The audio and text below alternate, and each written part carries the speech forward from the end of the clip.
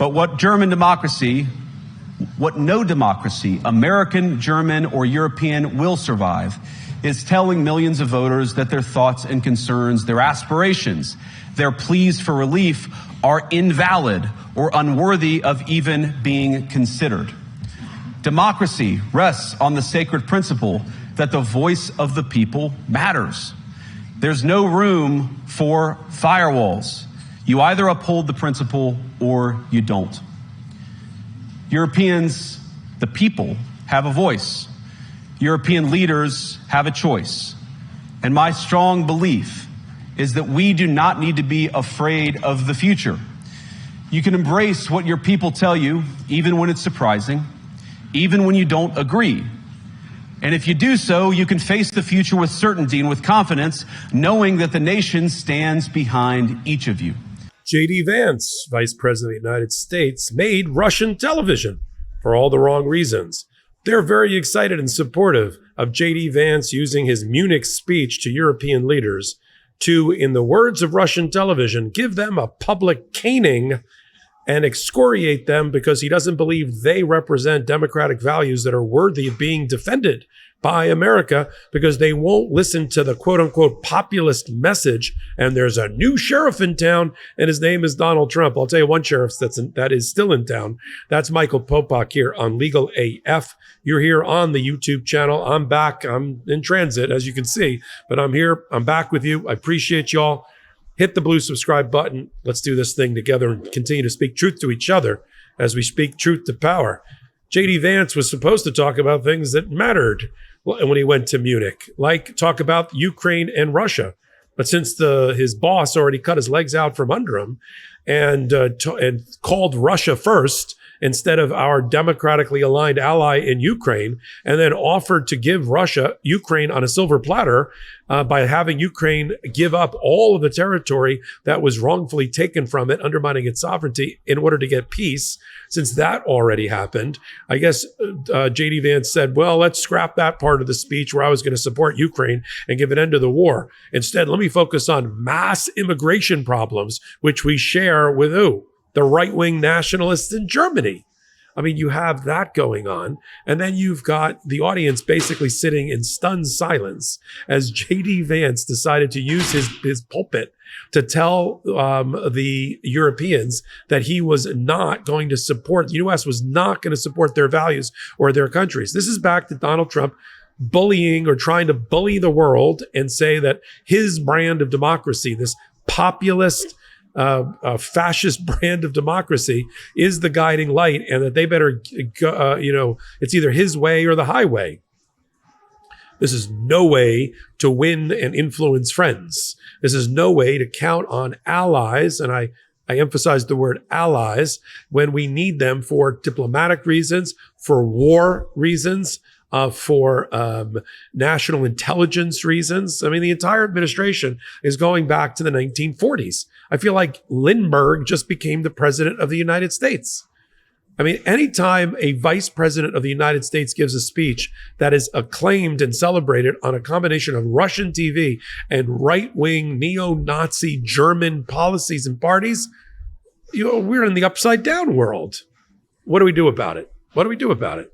Well, we got a number of things. We're watching a universal pushback on the Trump administration by world leaders.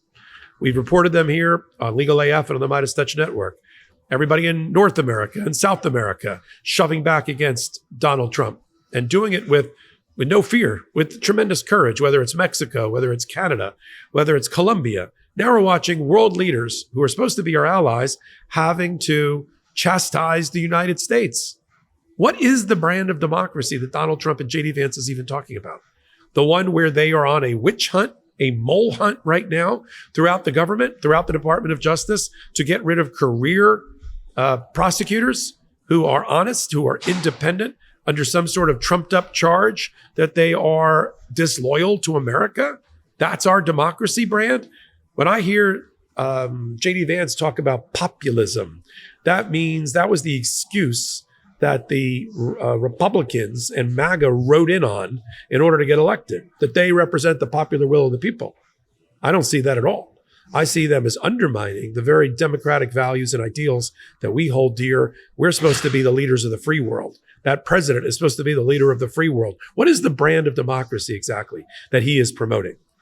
He's reskinned our democracy. It's like one of these cars that gets a wrap around it, some sort of, matte wrap around it. I think the beating heart of democracy lies beneath that wrap. But right now, this brand of democracy that Donald Trump is selling, what is it? It's about attacking people and their First Amendment rights. It's about undermining our allies. It's about pulling out funding related to our world order. He has the temerity to do that to our allies.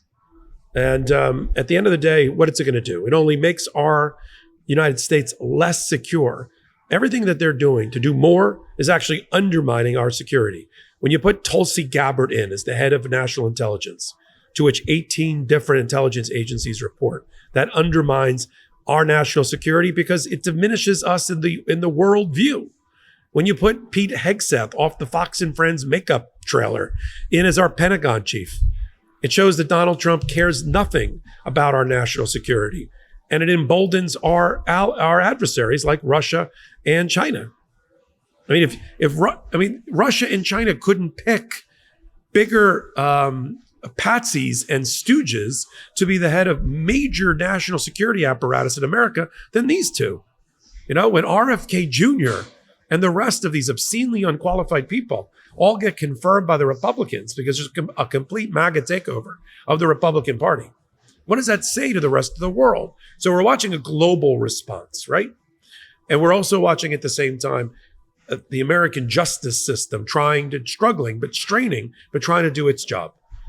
Federal judges who are not scared of Donald Trump, who are not scared of threats of being impeached, jailed, or worse, standing up for democracy, issuing dozens and dozens of preliminary injunctions and temporary restraining orders against Donald Trump. As prosecutors who will not do Donald Trump and his Department of Justice's bidding are resigning en masse from departments because it is the right thing to do, because it is a profile in courage. And that's what we have to continue to celebrate here. We're going to continue to talk about these things on Legal AF and on the Midas Touch Network. Follow me every Wednesday and Saturday on Legal AF. Follow me here on Legal AF, the YouTube channel, which we're building with your help. We're getting close to 500,000 in our half anniversary. Our half birthday, less than 6 months in, and we're already at 470,000 subscribers, and that's because of you. As our sister channel, our brother channel, comes in at 4 million, well, they've been doing it a lot longer. They got 5 years in. I got 5 months in, but with your help and collaboratively with Midas Touch Network, we're almost there. Continue to support you. I'm glad you continue to support us. Until my next reporting on the road, I'm Michael Popok. In collaboration with the Midas Touch Network, we just launched the Legal AF YouTube channel. Help us build this pro-democracy channel where I'll be curating the top stories, the intersection of law and politics. Go to YouTube now and free subscribe at Legal AF MTN. That's at Legal AF MTN.